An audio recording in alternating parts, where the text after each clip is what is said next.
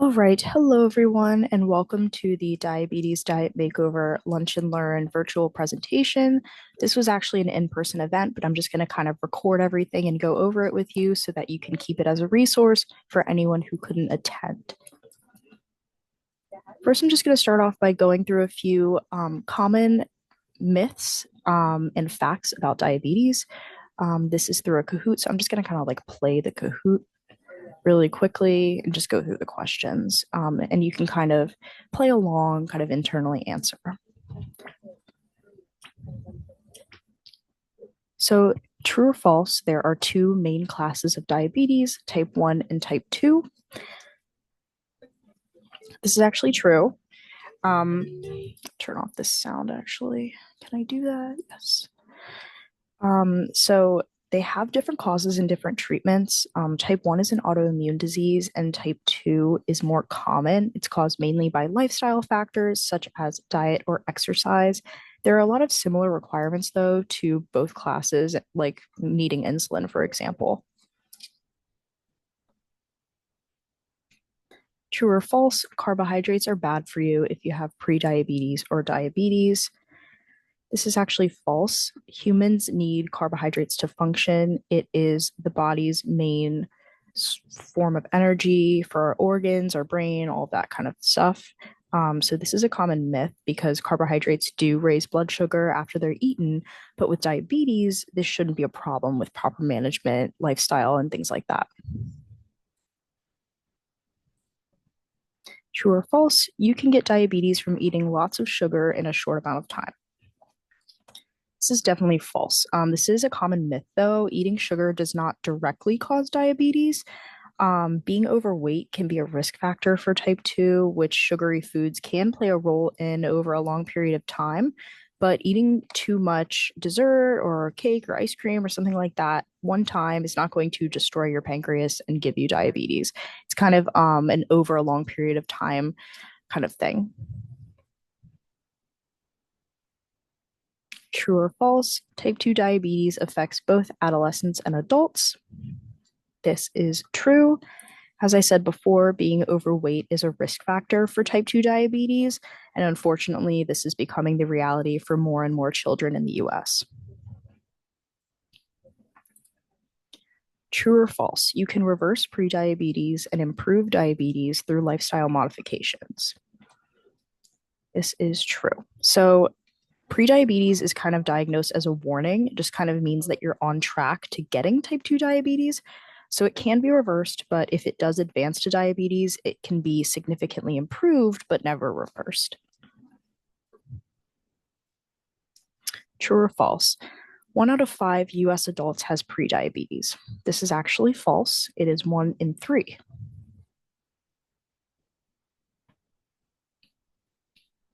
True or false? Those with diabetes can eat sweets as long as they can administer insulin.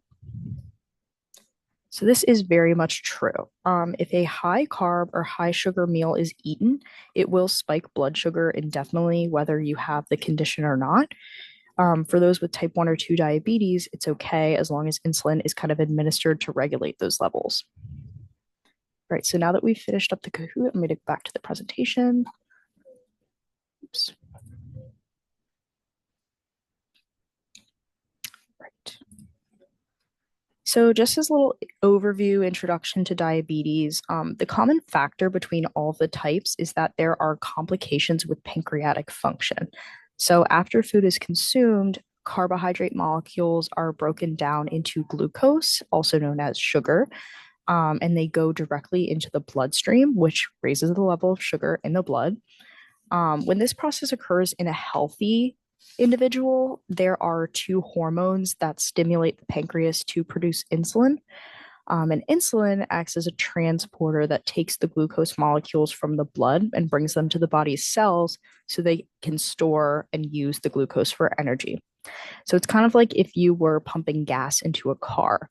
If you stand at the pump and you take the pump and put it into the car to fuel it up, if you didn't know how to pump gas or something went wrong, there would be no middleman to actually put the fuel into the car. And that's what insulin does. It is the middleman that kind of takes the glucose, into the cells from the bloodstream so that the body is fueled and can function.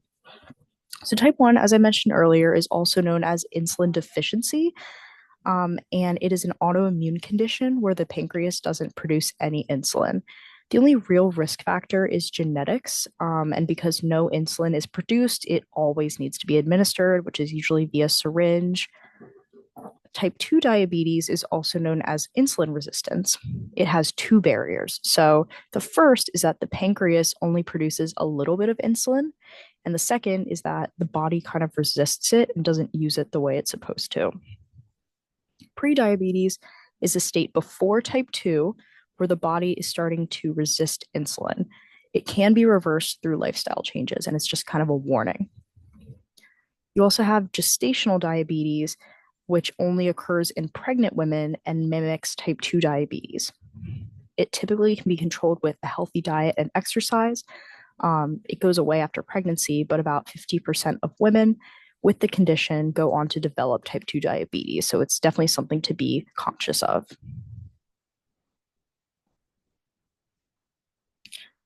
According to the American Diabetes Association, 11% of Florida's adult population has diabetes, and that's just who's been diagnosed. Also, about a third of the state's population is obese. And in addition, diabetes is expensive. Those with diabetes pay 2.6 more in medical bills than those without. So you can kind of see the importance of gaining the knowledge about this topic and making changes to improve this issue, whether or not you have it. Because type 1 diabetes is an autoimmune disease that's not preventable, the main risk factor is just diet or genetics, so family history. Type 2 is very much preventable, and the risk factors include family history as well, overweight or obesity, minimal exercise, hypertension, and like many other chronic diseases, the aging process. Research shows that those older than 45 are at a higher risk. So, what does treatment involve? It involves a healthcare team, such as an endocrinologist, pharmacist, your primary care provider, and a dietitian. There are different forms of insulin that are typically used. Long acting insulin is administered usually once daily, and short acting insulin is administered before meals to kind of catch those blood sugar spikes before they happen. Most people are also put on metformin, which is a medication that lowers blood sugar kind of using a different mechanism than insulin. Through diet and lifestyle changes, patients with type 2 can stop insulin altogether and just be on metformin, which is always the goal. Pricking the finger is also a common way to check blood sugar. It's quite a burden, though, to do multiple times a day. So that can increase the risk of blood sugar running too high or too low because people are not wanting to prick their finger multiple times a day. So they are not aware of what their blood sugar is. There are continuous glucose monitors out there that either attach to the back of the arm or the abdomen, and they connect to a sensor or a smartphone app so that the user or a healthcare provider can check blood sugar levels whenever they need to. Insulin pumps are also common, and that's an alternative to the injections by syringe. That's another wearable device that can administer insulin throughout the day. So that's kind of what you can see on the slide. Managing other comorbidities can really improve blood sugar. This includes hypertension, high cholesterol, high triglycerides, and weight. These are all very much possible to manage through dietary interventions. And if untreated, high blood sugar can cause diabetic neuropathy, which is where the nerves get inadequate blood flow. This also leads to amputations, most commonly in the legs and feet. In addition, diabetes is one of the leading causes of blindness for the same reason. It's because the bloodstream basically becomes like too thick with sugar and it kind of blocks nerve signals. So there isn't as much blood flow going throughout the body and can cause a lot of problems. Okay, so I hope I've gotten the point across that this is an important condition to be aware of, and diet is really, really crucial to tackle when treating or preventing diabetes. So I'm going to kind of go into the research of what works. So this cohort study was published in 2023 and observed the intake of various types of beverages in relation to mortality and incidence of cardiovascular disease in individuals with type 2 diabetes. It included over 15,000 participants and followed them from as early as 1980 up to 2018. The average follow up period was 18 and a half years. So this colored chart you can see right here, on a 95% confidence interval, sugar sweetened beverages had a hazard ratio higher than 1 for all cause mortality, cardiovascular disease incidence, and cardiovascular disease mortality. So meaning that compared to a control, higher intakes of sugar sweetened beverages led to an increased risk of these outcomes. This is especially evident here, as you can see that coffee, tea, and plain water did not have the same outcome. In fact, it was the opposite. So it decreased the risk. You can also see here to the right means that an increased amount of that variable will more likely lead to the outcome measured, which is all-cause mortality. Again, sugar sweetened beverages and full fat milk were on the right side. And then the other side, indicating decreased risk, was aspartame sweetened beverages like Diet Coke or something like that, juice, coffee, tea, water, and low fat milk. Of course, we don't know what else participants were eating or doing during the study duration, but the study was really large. The sample size was large and the duration was long. So they were able to conclude that consistently replacing one sugar sweetened beverage per day can reduce risk of mortality by 19% from those results.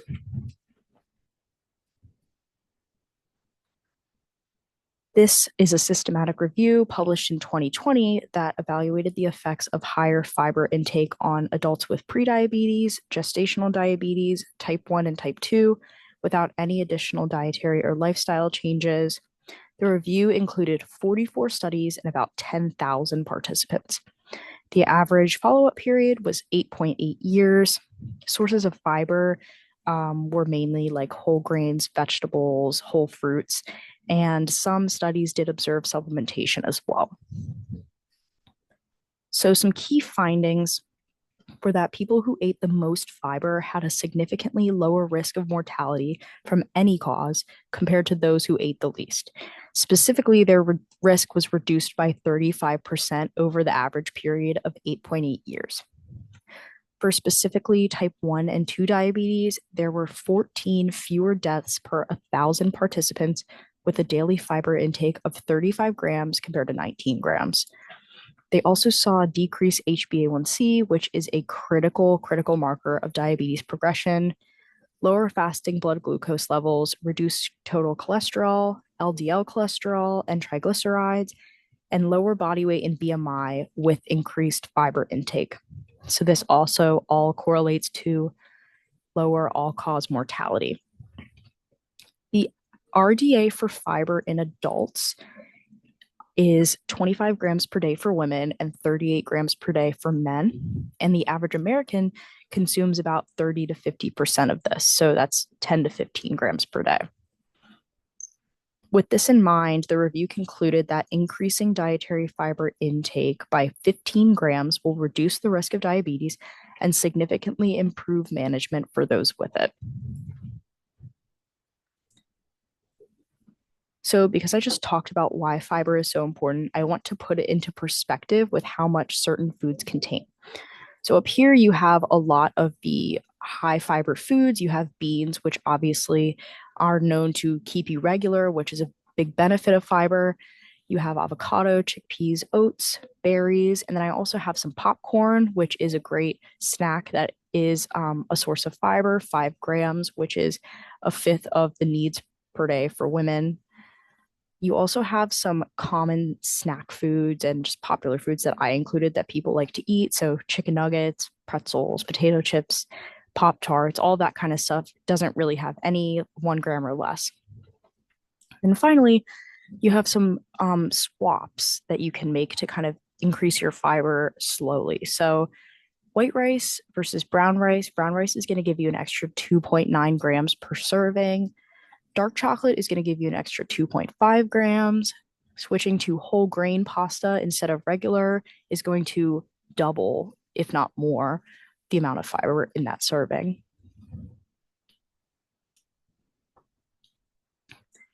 So, using what we know now, how can we apply this to the diet? I have a quote here. It says, "Becoming 1% better every day counts for a lot in the long run. Success is the product of daily habits, not once in a lifetime transformations." This is a quote from the author of Atomic Habits.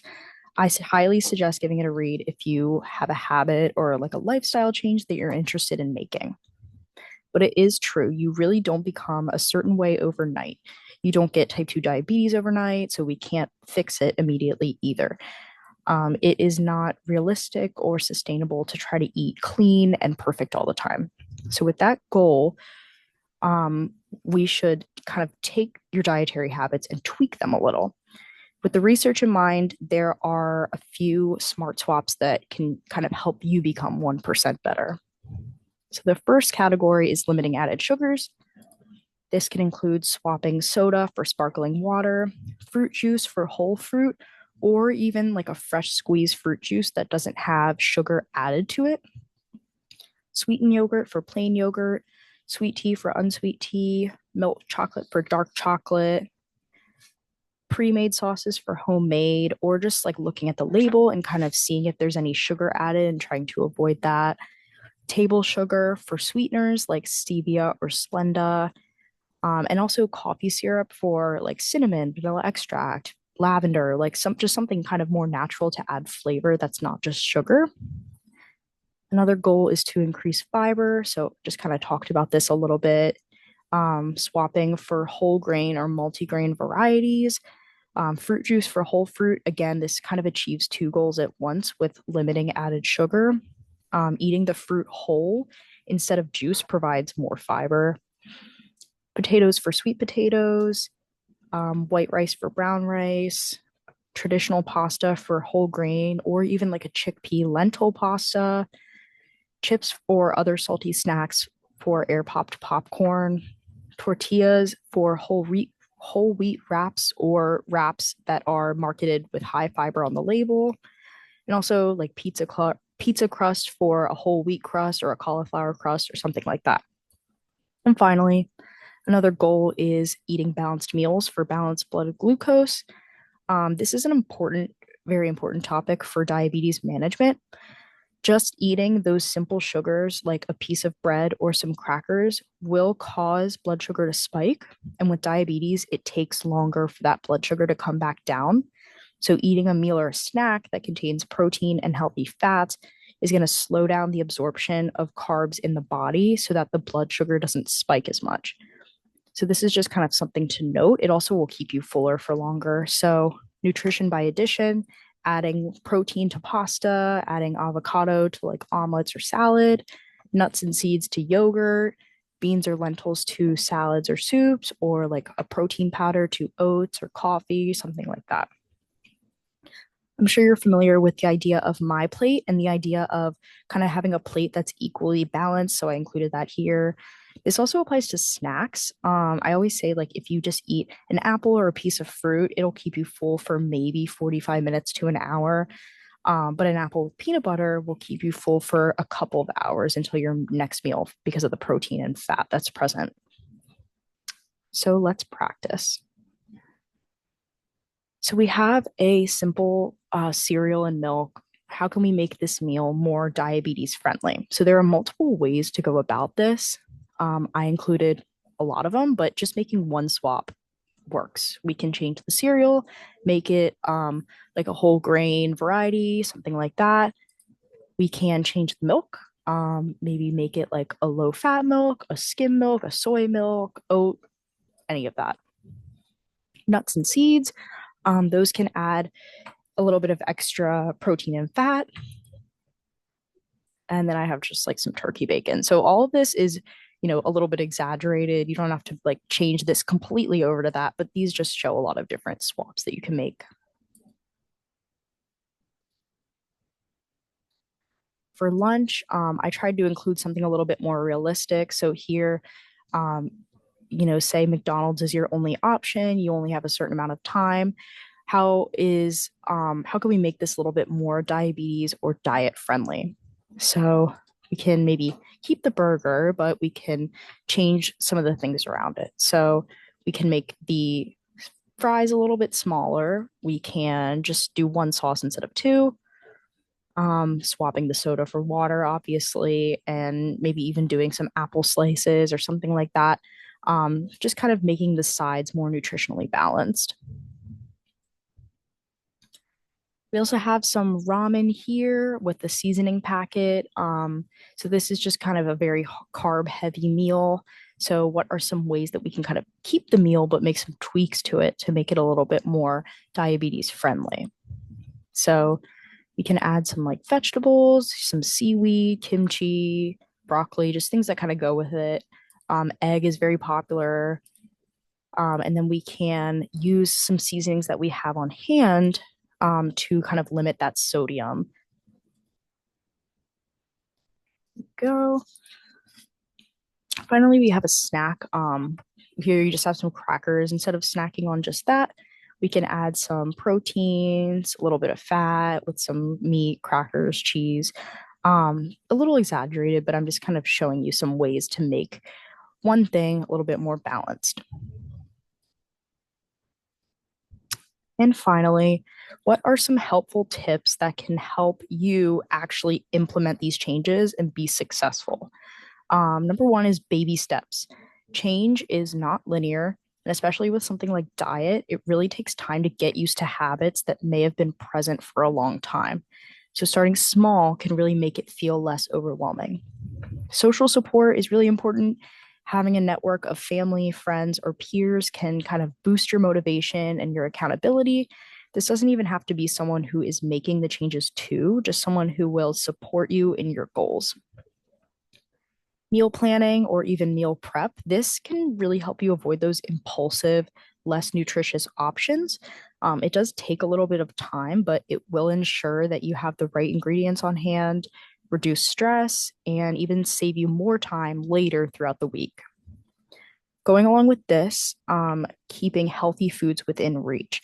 Kind of a no brainer, but super helpful. I know for me, if I don't pack enough for like lunch or something, I always end up impulsively snacking on something that's less ideal. Finally, using technology to your advantage. There are tons of apps and online resources that can really help you track your progress, find healthy recipes, and stay informed about nutrition. Feel free to contact us at these emails or visit our website to get some more wellness resources that might be available to you through Gator Care. And I hope you enjoyed this presentation.